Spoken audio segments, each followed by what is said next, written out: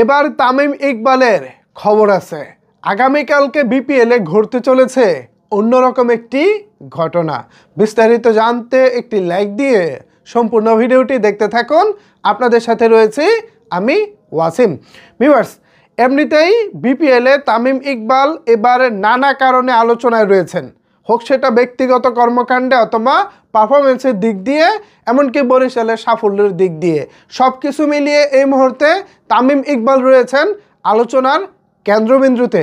আগামীকাল তামিম ইকবালের জন্য যেটা অপেক্ষা করতেছে সেটা তামিম ইকবাল কিভাবে সামাল দিবেন সেটা এখন দেখার পালা। আগামীকাল দুপুর 1:30-এ চট্টগ্রাম কিংসের বিপক্ষে মাঠে নামবে তামিম ইকবালের নেতৃত্বাধীন ফরচুন বরিশাল। অর্থাৎ চট্টগ্রাম টিম হচ্ছে স্বাগতিক, দর্শক সাপোর্টার সব দিক থেকে চট্টগ্রাম কিংসের সাপোর্টের পাল্লাটা বেশি ভারী থাকবে। অন্যদিকে চট্টগ্রামের ছেলে হয়েও বরিশালের অধিনায়ক হওয়ার কারণে চট্টগ্রামবাসী এখন তামিম ইকবালের বিপক্ষে। আজকে আমি বেশ কিছু ইন্টারভিউ দেখেছি, অনেক দর্শকের মতামত শুনেছি। সেই সব মতামতের উপরে ভিত্তি করে আমি যতটুকু বুঝতে পারলাম, আগামীকালকে তেমন কেউই তামিম ইকবালকে সাপোর্ট করব না। চট্টগ্রামের স্থানীয় সবাই বলতেছেন তারা তাদের লোকাল দলকে সাপোর্ট করবে, অর্থাৎ চট্টগ্রাম কিংসকে সাপোর্ট করবে। এটা স্বাভাবিক, এটা দোষের কিছু না। কিন্তু যে তামিম চট্টগ্রামের ছেলে, চট্টগ্রামে যার জন্ম, তার বিপক্ষে দর্শক স্লোগান দিবে, সে মাঠে নামলে দর্শকরা বলবে ভুয়া ভুয়া, সে যখন আউট হবে কিংবা ছক্কা-চার মারবে তখন এর উল্লাস হবে না। এই বিষয়টা তামিম ইকবাল কিভাবে নেয় এটাই কিন্তু দেখার বিষয়। আউট হলে অবশ্য উল্লাস হবে, কিন্তু যখন সে 6 মারবে কিংবা 4 মারবে তখন কিন্তু খুব একটা আসলে উল্লাস হবে না।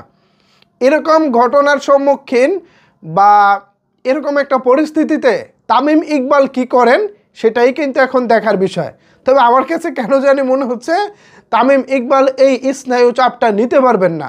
বিকজ অফ তামিম ইকবাল অনেক ক্ষেত্রেই তিনি অনেকটা আগ্রাসী, অনেক ক্ষেত্রেই তিনি অনেকটা সমালোচনা নিতে পারেন না, এই টাইপের একজন মানুষ। হ্যাঁ, তো চট্টগ্রামের স্থানীয় মানুষ যখন তার উদ্দেশ্যে ভুয়া ভুয়া কিংবা নানা রকমের কথা বলবেন তখন সেটা তার জন্য একটা স্নায়ু যুদ্ধ হয়ে দাঁড়াবে।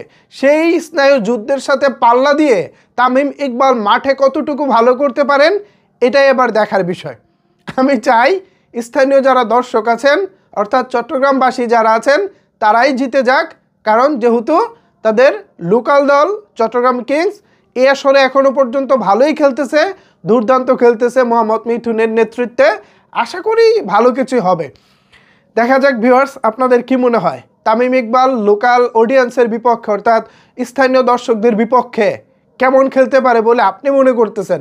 বাট আমি কিন্তু একটা জমজমাট ম্যাচ দেখার অপেক্ষায়। পুরো চট্টগ্রামবাসী তামিম ইকবালের আগামীকালকে কি চায় সেটাই দেখার বিষয়। এ বিষয়ে যদি আপনাদের কোনো কিছু বলার থাকে তাহলে অবশ্যই সেটি নিচের কমেন্টস বক্সে জানাতে পারেন।